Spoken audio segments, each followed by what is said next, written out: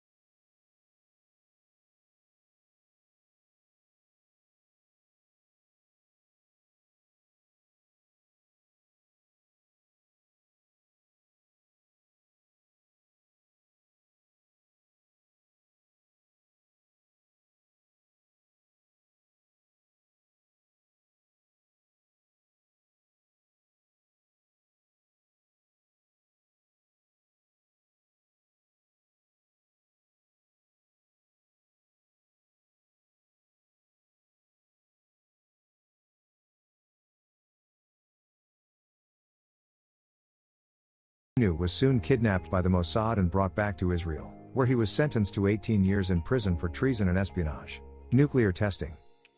According to Lieutenant Colonel Warner D. Farr in a report to the U.S. Air Force Counter-Proliferation Center, much lateral proliferation happened between pre-nuclear Israel and France, stating the French nuclear test in 1960 made 2 nuclear powers, not 1. Such was the depth of collaboration and that the Israelis had unrestricted access to French nuclear test explosion data, minimizing the need for early Israeli testing, although this cooperation cooled following the success of the French tests. In June 1976, a West Germany Army magazine, Wehrtechnik, Military Technology, claimed that Western intelligence reports documented Israel conducting an underground test in the Negev in 1963. The book Nuclear Weapons in the Middle East, Dimensions and Responsibilities by Taysir Nashif cites other reports that on November 2, 1966, the country may have carried out a non-nuclear test, speculated to be zero yield or implosion in nature in the Israeli Negev desert. On September 22, 1979, Israel may have been involved in a possible nuclear bomb test, also known as the Vela Incident, in the southern Indian Ocean. A committee was set up under then U.S. President Jimmy Carter, headed by Professor Jack Ruina of MIT. Most of the committee's members assumed that South African Navy vessels had sailed out of Simonstown Port, near Cape Town, to a secret location in the Indian Ocean, where they conducted the nuclear test. The committee defined the nuclear device tested as compact and especially clean, emitting little radioactive fallout, making it very nearly impossible to pinpoint. Another committee assessment concluded a cannon had fired a nuclear artillery shell, and the detected test was focused on a small tactical nuclear weapon. After renouncing their nuclear weapons program, South Africa was revealed to only have 6 large, primitive, aircraft deliverable atomic bombs, with a 7th being built, but no sophisticated miniaturized devices of the artillery shell size. Professor Avner Cohen, professor at the Middlebury Institute of International Studies, and the director of the Education Program and senior fellow at the James Martin Center for Non-Proliferation Studies, stated regarding the Vela incident that now, 40 years later, there is a scientific and historical consensus that it was a nuclear test and that it had to be Israeli. In what they called the last secret of the Six-Day War, the New York Times reported that in the days before the 1967 Six-Day War, Israel planned to insert a team of paratroopers by helicopter into the Sinai, set up and remote detonate a nuclear bomb on command from the Prime Minister and military command on a mountaintop as a warning to belligerent surrounding states. However, Israel won the war before the test could even be set up. Retired Israeli Brigadier General Itzhak Yaakov referred to this operation as the Israeli Samson Option. Pioneering American nuclear weapons designer Theodore Taylor commented on the uncertainties involved in the process of boosting small fission weapons and the thermonuclear designs seen in the Vanunu leaked photographs. He stated that these designs required more than theoretical analysis for full confidence in the weapon's performance. Taylor therefore concluded that Israel had unequivocally tested an advanced series miniaturized nuclear device. Weapons production. The first public revelation of Israel's nuclear capability, as opposed to development program, came from NBC News, which reported in January 1969 that Israel decided to embark on a crash course program to produce a nuclear weapon 2 years previously, and that they possessed or would soon be in possession of such a device. This was initially dismissed by Israeli and U.S. officials, as well as in an article in the New York Times. Just 1 year later, on July 18, the New York Times made public for the first time that the U.S. government believed Israel to possess nuclear weapons or to have the capacity to assemble atomic bombs on short notice. Israel reportedly assembled 13 bombs during the Yom Kippur War as a last defense against total defeat, and kept them usable after the war. The first extensive details of the weapons program came in the London Sunday Times on October 5, 1986, which published information provided by Mordechai Vanunu, a technician formerly employed at the Negev Nuclear Research Center near Dimona. For publication of state secrets, Vanunu was kidnapped by the Mossad in Rome, brought back to Israel, and sentenced to 18 years in prison for treason and espionage. Although there had been much speculation prior to Vanunu's revelations that the Dimona site was creating nuclear weapons, Vanunu's information indicated that Israel had also built thermonuclear weapons. Theodore Taylor, a former U.S. weapon designer leading the field in small, efficient nuclear weapons, reviewed the 1986 leaks and photographs of the Israeli nuclear program by Mordechai Vanunu in detail. Taylor concluded that Israel's thermonuclear weapon designs appeared to be less complex than those of other nations, and as of 1986 not capable of producing yields in the megaton or higher range. Nevertheless, they may produce at least several times the yield of fission weapons with the same quantity of plutonium or highly enriched uranium. In other words, Israel could boost the yield of its nuclear fission weapons. According to Taylor, the uncertainties involved in the process of boosting required more than theoretical analysis for full confidence in the weapon's performance. Taylor therefore concluded that Israel had unequivocally tested a miniaturized nuclear device. The Institute for Defense Analyses, IDA, concluded after reviewing the evidence given by Vanunu that as of 1987, the Israelis are roughly where the U.S. was in the fission weapon field in about 1955 to 1960. And would require supercomputers or parallel computing clusters to refine their hydrogen bomb designs for improved yields without testing, though noting they were already then developing the computer code base required. Israel was first permitted to import US-built supercomputers beginning in November 1995, according to a 2013 report by the Bulletin of the Atomic Scientists, which cited US Defense Intelligence Agency sources. Israel began the production of nuclear weapons in 1967, when it produced its first 2 nuclear bombs. According to the report's calculations, Israel produced nuclear weapons at an average rate of 2 per year, and stopped production in 2004. The report stated that Israel has 80 nuclear warheads and has enough fissile material to produce 190 more. In 2014, former US President Jimmy Carter stated that Israel has, 300 or more, nobody knows exactly how many nuclear weapons. Stockpile. The State of Israel has never made public any details of its nuclear capability or arsenal. The following is a history of estimates by many different sources on the size and strength of Israel's nuclear arsenal. Estimates may vary due to the amount of material Israel has on store versus assembled weapons, and estimates as to how much material the weapons actually use, as well as the overall time in which the reactor was operated. 1948, Israel begins recruiting Jewish nuclear scientists and forming scientific institutes during War of Independence for a nuclear weapons program. 1949, Israeli scientists invited to participate in French nuclear program. 1957, Dimona nuclear facility construction begins with French assistance. 1960, first French nuclear tests, Israel scientists participated alongside French with access to all test data. Charles de Gaulle begins to disconnect French program from Israeli. 1961, Dimona nuclear facility operational.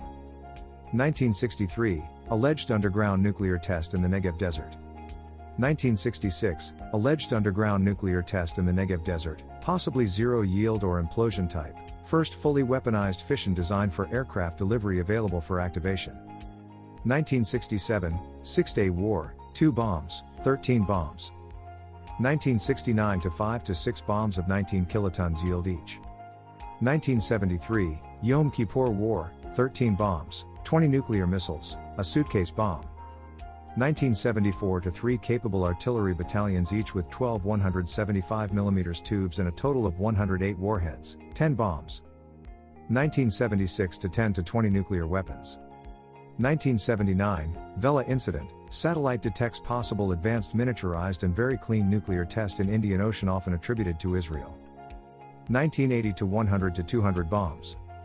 1984 to 12 to 31 atomic bombs, 31 plutonium bombs and 10 uranium bombs. 1985, at least 100 nuclear bombs. 1986 to 100 to 200 fission bombs and a number of fusion bombs. Vanunu leaks Dimona facility secrets, at US's level in fission and boosted weapons as of 1955 to 1960. It would require supercomputers to improve their less complex hydrogen bombs without nuclear tests. They had unequivocally tested a miniaturized nuclear device. 1991, 50 to 60 to 200 to 300.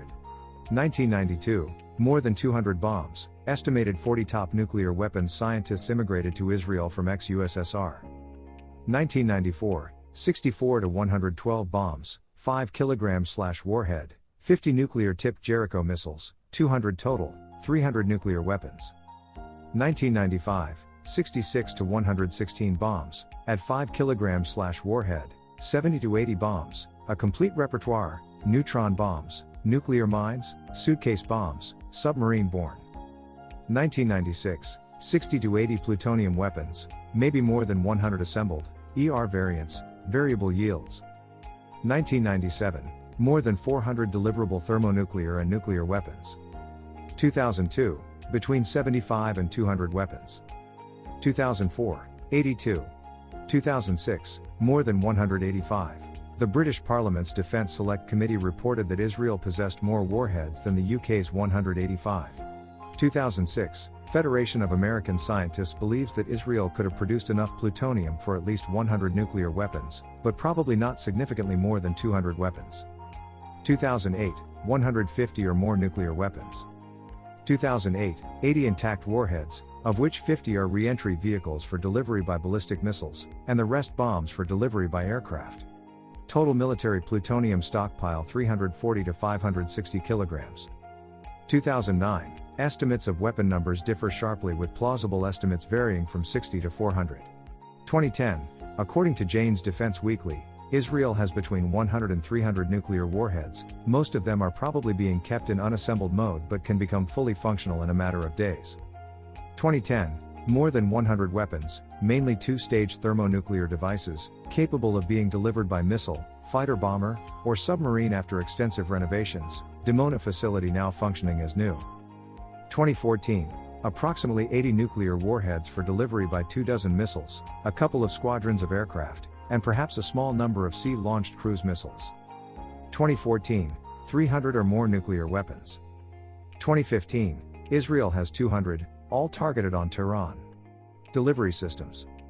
Israeli military forces possess land, air, and sea-based methods for deploying their nuclear weapons, thus forming a nuclear triad that is mainly medium to long-ranged, the backbone of which is submarine-launched cruise missiles and medium and intercontinental ballistic missiles, with Israeli Air Force long-range strike aircraft on call to perform nuclear interdiction and strategic strikes.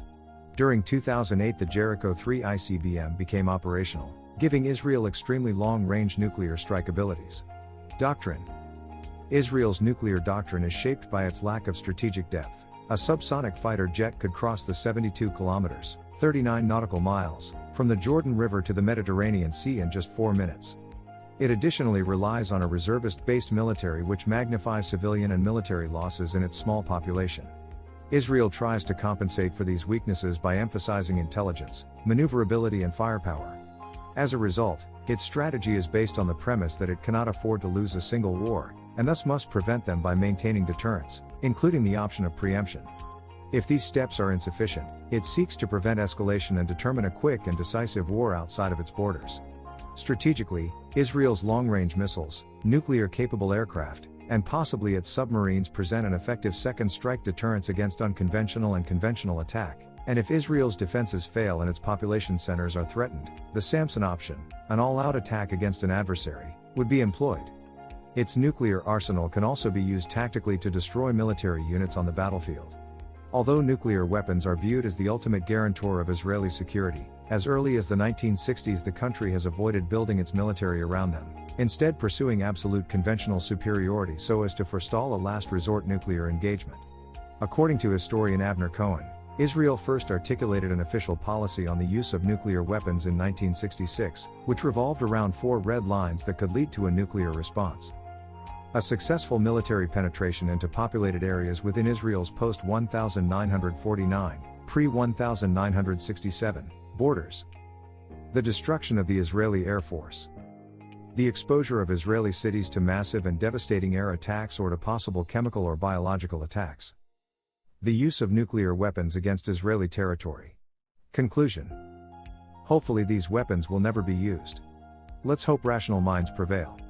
Hope you enjoyed the video. Please like, comment, subscribe and share. Thank you.